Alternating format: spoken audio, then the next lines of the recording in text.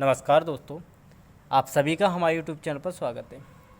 जैसा कि आप सभी जानते हैं, अभी हाल ही में 16 अक्टूबर यानी कल 2024 से एमपी पुलिस 2023 का जो फिजिकल है उसकी डेट है, तो कल से शुरू है। तो उसके लिए जो ज़रूरी डॉक्यूमेंट हैं, आपको डॉक्यूमेंट वेरिफिकेशन के लिए आज के इस वीडियो में हम उस पर बात करेंगे कि आपको वहाँ क्या क्या डॉक्यूमेंट ज़रूरी है और क्या नहीं। तो वीडियो में अंत तक बने रहिएगा। आइए स्टार्ट करते हैं कि ऑनलाइन परीक्षा में सफल अपना सूचना पत्र डाउनलोड कर निर्धारित शारीरिक प्रवीणता परीक्षा स्थल पर पहुँचें। सभी उम्मीदवारों को उनके निर्धारित दिनांक को ही पहुँचना है। उम्मीदवार को शारीरिक प्रवीणता के लिए जो दिनांक व स्थान सूचित किया जा रहा है, उस दिनांक व स्थान में कोई परिवर्तन नहीं किया जाएगा। दस्तावेज परीक्षण के लिए उम्मीदवारों को निम्न दस्तावेज लाना अनिवार्य है। ये जानते हैं। पहला, आधार कार्ड। दूसरा, जन्म तिथि के प्रमाण के रूप में जन्म प्रमाण पत्र अथवा हाई स्कूल या इंटरमीडिएट यानी 10+2 की अंक सूची जिसमें जन्म तिथि लिखी हो। तीसरा है शैक्षणिक योग्यता संबंधी प्रमाण पत्र। चौथा, मध्य प्रदेश रोजगार कार्यालय का जीवित रोजगार पंजीयन। जिन का मध्य प्रदेश रोजगार कार्यालय का जीवित रोजगार पंजीयन है वही जाएं। यदि आपका रोजगार पंजीयन उस टाइम वैलिड नहीं था तो आपको समस्या हो सकती है।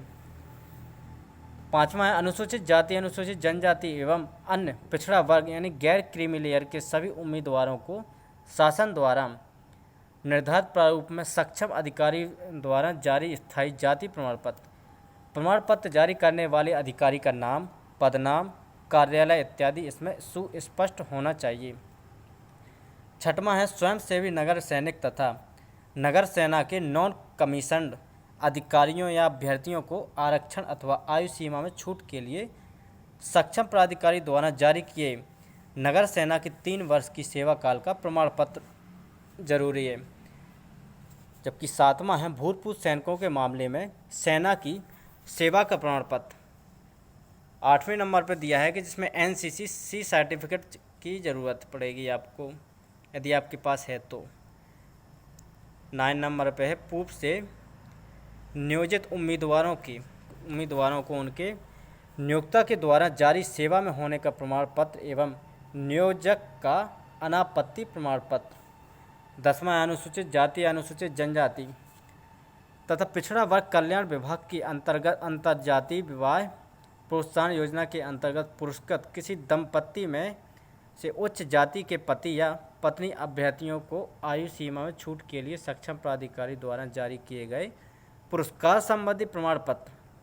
11वां है विक्रम पुरस्कार प्राप्त अभ्यर्थियों को उच्चतर आयु सीमा में छूट हेतु विक्रम पुरस्कार संबंधी प्रमाण पत्र। 12वां है विवाहित अभ्यर्थियों को उनके बच्चों का जन्म प्रमाण पत्र चाहिए। जबकि 13वें नंबर पर आरक्षित वर्ग के उम्मीदवारों हेतु मध्य प्रदेश राज्य का मूल निवासी प्रमाण पत्र अर्थात समस्त प्रकार के आरक्षण की पात्रता हेतु मध्य प्रदेश राज्य का मूल निवासी प्रमाण पत्र होना आवश्यक है। जबकि 14वें नंबर पर सक्षम प्राधिकारी द्वारा जारी किया गया EWS का प्रमाण पत्र है। जिनके पास EWS है 10% आरक्षण वाला, वो अपना EWS लेके जाएं, वो भी रिन्यूअल। नोट: पहला, उम्मीदवार उक्त क्रम में ही मूल दस्तावेज और उसी क्रम में उनकी स्वयं द्वारा प्रमाणित प्रतियां लगाकर दस्तावेज परीक्षण अधिकारी के पास उपस्थित होंगे। अप्रमाणित प्रति को मान्य नहीं किया जाएगा। दूसरा, यदि उम्मीदवार मूल प्रमाण पत्रों के परीक्षण में अयोग्य पाया जाता है अथवा असफल होता है तो उसे नियुक्ति की पात्रता नहीं होगी, भले ही वह ऑनलाइन परीक्षा में सफल रहा हो।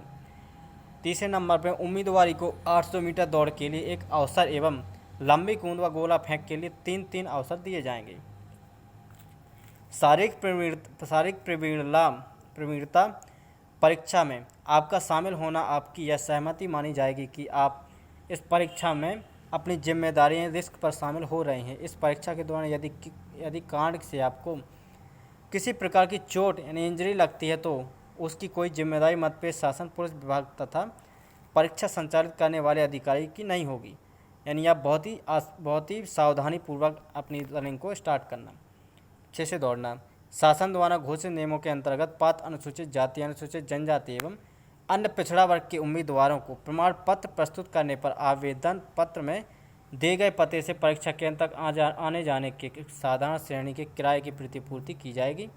इस हेतु बैंक खाते की प्रथम पृष्ठ की छायाप्रति साथ लाना अनिवार्य है। यहाँ स्पष्ट किया जाता है कि उम्मीदवार के पास समस्त प्रमाण पत्र ऑनलाइन आवेदन पत्र भरने की अंतिम दिनांक 10/7/2023 के पूर्व जारी होना अनिवार्य है। आवेदन पत्र भरने की अंतिम दिनांक के बाद जारी किए गए प्रमाण पत्रों को मान्य नहीं किया जाएगा। शारीरिक दक्षता परीक्षा के मापदंड विज्ञापन में दर्शाए अनुसार होंगे। आरक्षक जीडी संवर्ग के समस्त अभ्यर्थियों के लिए शारीरिक दक्षता परीक्षण में अधिकतम कुल योग के न्यूनतम 30% अंक यानी 100 में से 30 अंक लाने होंगे, जिसके अंक अंतिम प्रवीणता सूची के लिए प्रथम चरण के अंकों के साथ जोड़े जाएंगे।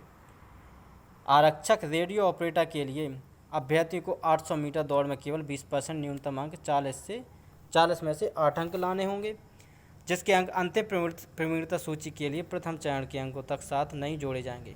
शारीरिक दक्षता परीक्षण केवल क्वालिफाइंग प्रकृति का होगा। 10वां सामान्यतः दस्तावेज परीक्षण शारीरिक प्रवीणता परीक्षा एक दिन में संपन्न हो जाएगी। फिर भी अप्रत्याशित कारणों से इसमें ज़्यादा समय लग सकता है, अतः आप 2 से 3 दिनों तक ठहरने की पूरी तैयारी के साथ आएँ। यदि किन्हीं अपरिहार्य कारणों से परीक्षा की दिनांक, समय या स्थान में परिवर्तन किया जाता है तो इसकी सूचना परीक्षा केंद्र के नोटिस बोर्ड पर चस्पा की जाएगी।